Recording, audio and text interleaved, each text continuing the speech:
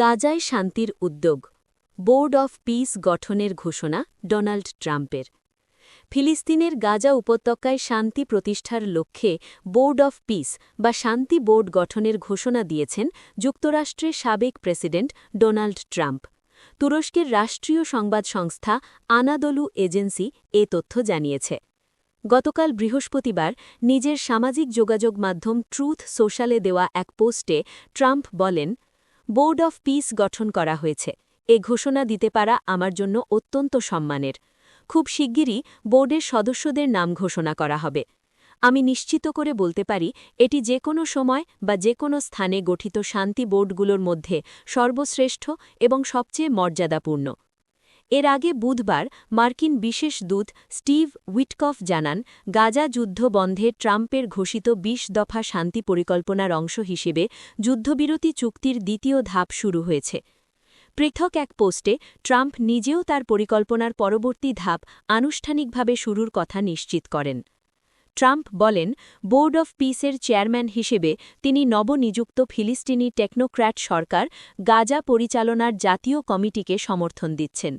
অন্তর্বর্তীকালীন সময়ে গাজা শাসনে এই কমিটিকে বোর্ডের হাই রিপ্রেজেন্টেটিভ বা প্রতিনিধি সহায়তা করবেন বলেও জানান তিনি। ট্রাম্পের ভাষায়, এই ফিলিস্তিনি নেতারা শান্তিপূর্ণ ভবিষ্যতের প্রতি দৃঢ়ভাবে অঙ্গীকারবদ্ধ। একই সঙ্গে ট্রাম্প জানান, মিশর, তুরস্ক ও কাতারের সহযোগিতায় হামাসের সাথে একটি বড় ধরনের নিরস্ত্রীকরণ চুক্তি সম্পন্ন করা হবে। প্রস্তাবিত এই চুক্তির আওতায় হামাসকে তার সব অস্ত্র সমর্পণ করতে হবে এবং গাজার সুড়ঙ্গ নেটওয়ার্ক ধ্বংস করতে হবে। এ বিষয়ে ট্রাম্প বলেন, হামাসকে অবশ্যই তাদের প্রতিশ্রুতি অবিলম্বে রক্ষা করতে হবে। এর মধ্যে রয়েছে ইসরায়েলের কাছে সর্বশেষ জিম্মিদের মর্দ হস্তান্তর এবং বিলম্ব না করে পূর্ণাঙ্গ নিরস্ত্রীকরণের পথে হাঁটা। তারা চাইলে এটি সহজভাবে করতে পারে অথবা কঠিন পরিণতির মুখোমুখি হতে হবে। তিনি আরও বলেন, গাজার মানুষ অনেক সহ্য করেছে, এখন সময় এসেছে শান্তির। উল্লেখ্য, ২০২৩ সালের ৭ অক্টোবর থেকে শুরু হওয়া ইসরায়েলের ভয়াবহ হামলায় গাজা উপত্যকা বর্তমানে ধ্বংসস্তূপে পরিণত হয়েছে। ইসরায়েলি হামলায় এখনও পর্যন্ত ৭১,৪০০ জনের বেশি ফিলিস্তিনি নিহত হয়েছেন, যাদের অধিকাংশই নারী ও শিশু। আহত হয়েছেন ১,৭১,৩০০ জনেরও বেশি মানুষ। গাজার স্বাস্থ্য মন্ত্রণালয়ের তথ্য অনুযায়ী গত ১০ অক্টোবর যুদ্ধবিরতি শুরু হলেও ইসরায়েল হামলা অব্যাহত রেখেছে। এই সময়ের মধ্যে ৪৫১ জন ফিলিস্তিনি নিহত হয়েছেন এবং ১,২০০ জনেরও বেশি মানুষ আহত হয়েছেন। এদিকে বার্তা সংস্থা রয়টার্স জানিয়েছে, ট্রাম্পের শান্তি পরিকল্পনা অনুযায়ী গাজার অন্তর্বর্তী প্রশাসন পরিচালিত হবে বোর্ড অফ পিসের অধীনে।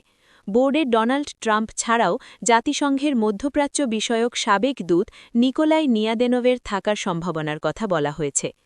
ইউরোপীয় কূটনৈতিক সূত্র জানিয়েছে, আগামী সপ্তাহে সুইজারল্যান্ডের ডাভোসে একটি বৈঠকের পর বোর্ড অফ পিস নিয়ে আরও বিস্তারিত ঘোষণা আসতে পারে। এক মার্কিন কর্মকর্তার ভাষা অনুযায়ী, বোর্ডের সদস্যদের নির্বাচন নিজেই করেছেন ট্রাম্প এবং এরই মধ্যে সদস্যদের আমন্ত্রণপত্র পাঠানো হয়েছে। বোর্ড অফ পিসের অধীন গাজার অন্তর্বর্তী প্রশাসন প্রথম পর্যায়ে গাজাবাসীর জন্য জরুরি ত্রাণ এবং মানবিক সহায়তা কার্যক্রম পরিচালনা করবে বলে জানিয়েছেন সম্ভাব্য প্রশাসন প্রধান আলী শায়াত। তিনি বলেন, গাজা পুনর্গঠনে ৩ বছরের বেশি সময় লাগবে না। যদিও জাতিসংঘের একটি প্রতিবেদনে বলা হয়েছে, পুরো অবকাঠামো পুনর্গঠনে সময় লাগতে পারে ২০৪০ সাল পর্যন্ত। শেষ পর্যন্ত প্রশ্ন থেকেই যাচ্ছে, এই বোর্ড অফ পিস কি সত্যিই গাজাবাসীর জন্য টেকসই শান্তি বয়ে আনতে পারবে, নাকি এটি আরেকটি কূটনৈতিক প্রতিশ্রুতিতেই সীমাবদ্ধ থাকবে?